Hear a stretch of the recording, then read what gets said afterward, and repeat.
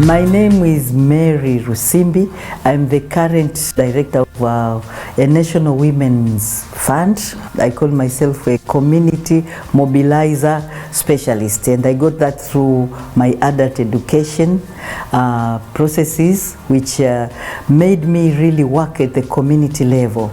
I was one of those little ones who was left behind when my parents, my father especially, who was a public servant, was going around, so I was left with we call them Bibi. And the things I saw in the way she was organizing the communities around her. If a woman will be beaten, she'll go out and collect other women, they'll go out.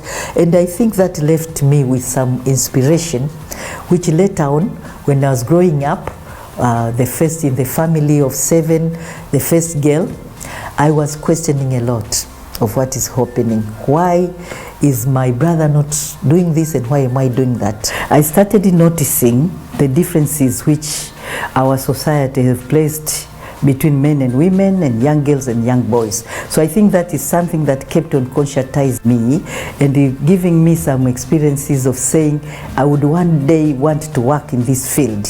And indeed the opportunity came when I had finalized my master's and I was working with one of the government educational institutions. I went to do some brief study, I can say 3 months course in the UK, which was about women development and policy. My engagement with women rights organizations and the movement is what really inspired me.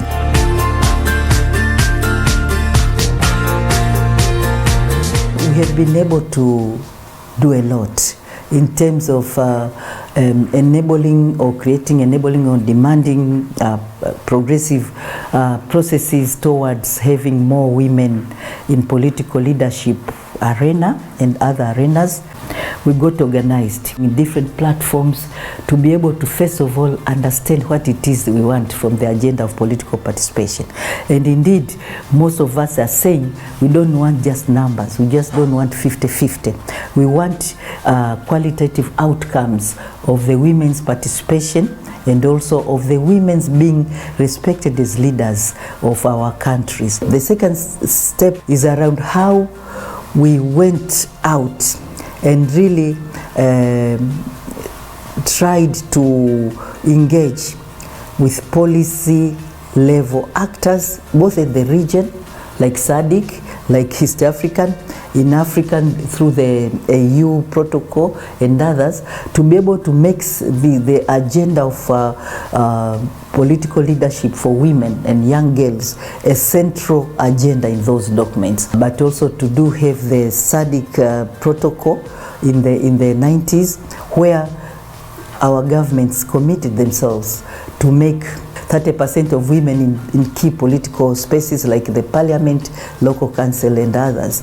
But also a few years after, the Maputo protocol put it actually at 50-50. We've been doing a lot around the issues of having an enabling legal environment that will allow women to be able to be supported through their political parties so that they can become active participants, but also become active and effective leaders at the end of the day. Please, women, come out as many as you can, but also when you are there, show your added value.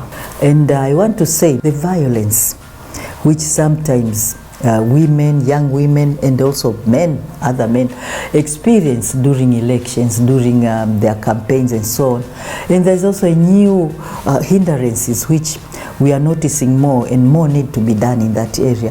This is the area of sexual corruption. Corruption generally in elections, but sexual corruption where a young woman or a woman for that matter, or a young man who wants to get into leadership with all the qualities and experiences could be hindered by not agreeing to be abused by the system. So there are several hindrances which we need to put more energy into them.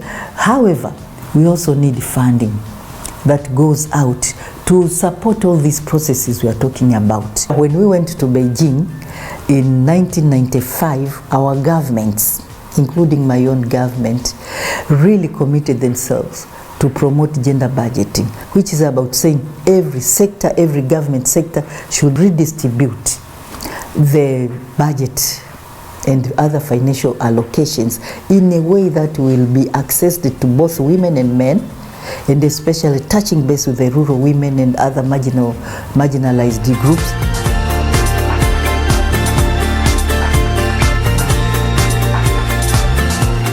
The economic justice agenda is very, very key for the country, but it is only going to be key for the country if both men and women are really brought in into contributing or making their voice of what it is all they want to be doing, but also going out to the individual or women rights groups and women particularly, because they are the most disempowered when it comes to access of financial systems.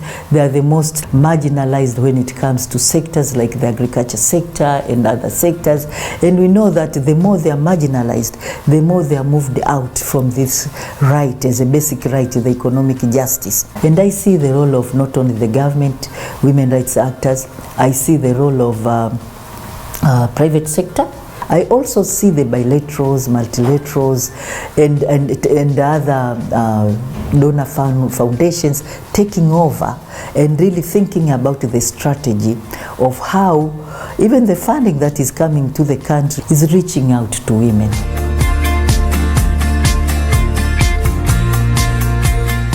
On intergenerational connection, which is very key, very, very central, as we talk about how do we advance and move forward our, I call it post-Beijing agenda, with these intergenerational outcomes, to have more deeper reflections among, for example, the women rights organizations. I'm talking of an inclusive movement building processes or a strategy that brings women of different age, women of the rural and urban area and young people, and also bringing in the intersectionality of other related women's movements. We need to bring in the young voice into this and then sit again and reflect what has worked and what has not worked. We'll be able to bring out young women's voices who will say that we need more of this, we need more of this. The second one is about how do we organize.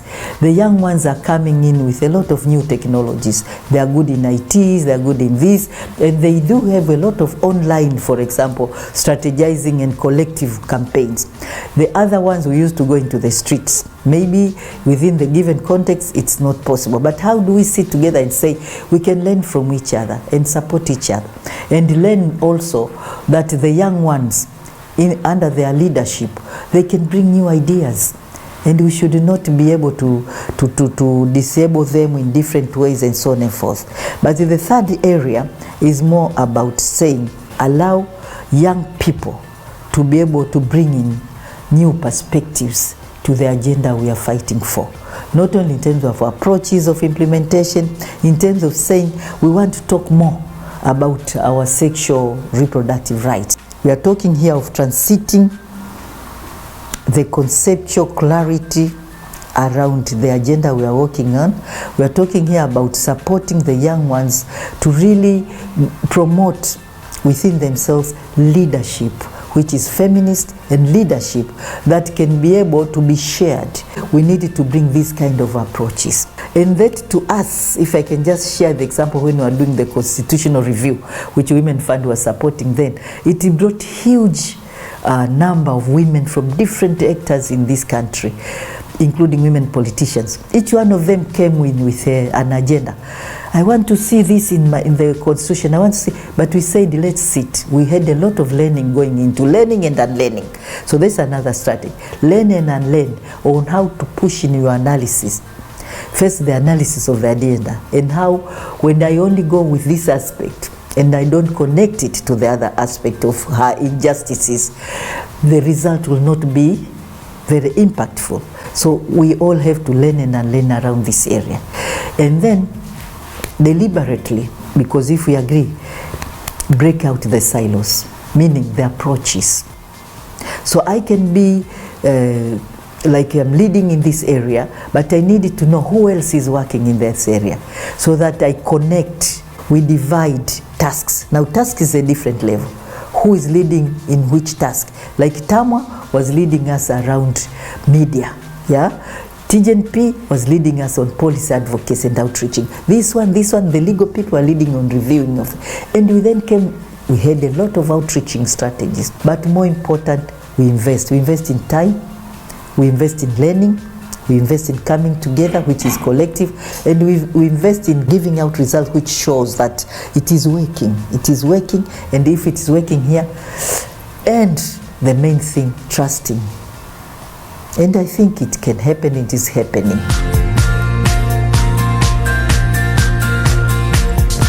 My father's support, because he was quite someone who exposed me. In fact, until he died, he was called me the little Mongela, because I would sit and really question this, question that. For example, I questioned about people who wanted to marry me. You know how it is, the family.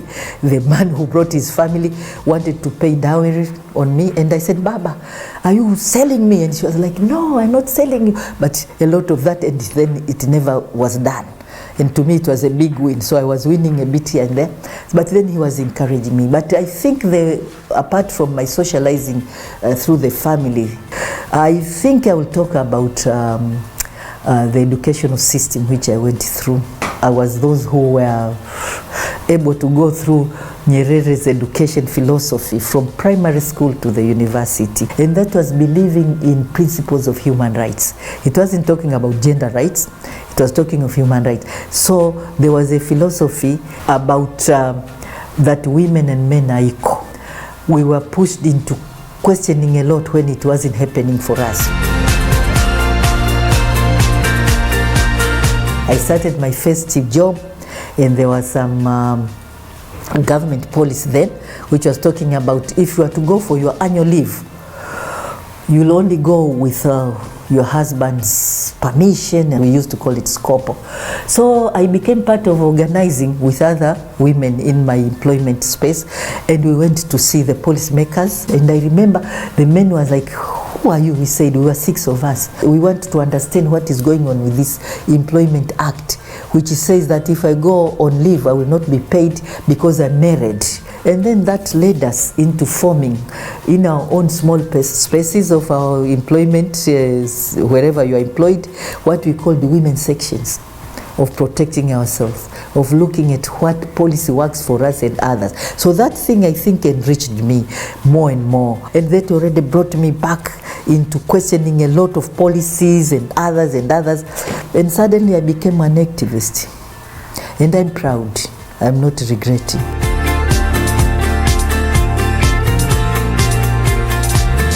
Well, it has impacted my family in 2 ways. I have part of my family which thinks I'm too radical, including my own young brothers and others who I say, this is not right for your wife.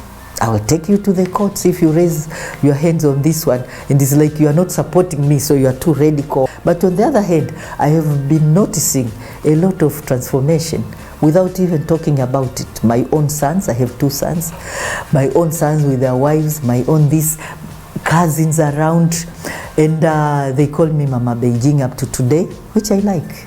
And again, that's a story. When we came back from Beijing, we all were called Mama Beijingis. But then it had a kind of derogative meaning, but we kept on moving. And then they saw, Beijing is not about them, it's also about us. Yeah, so I think I like all the things that I have been experiencing through this space of me being a movement feminist person.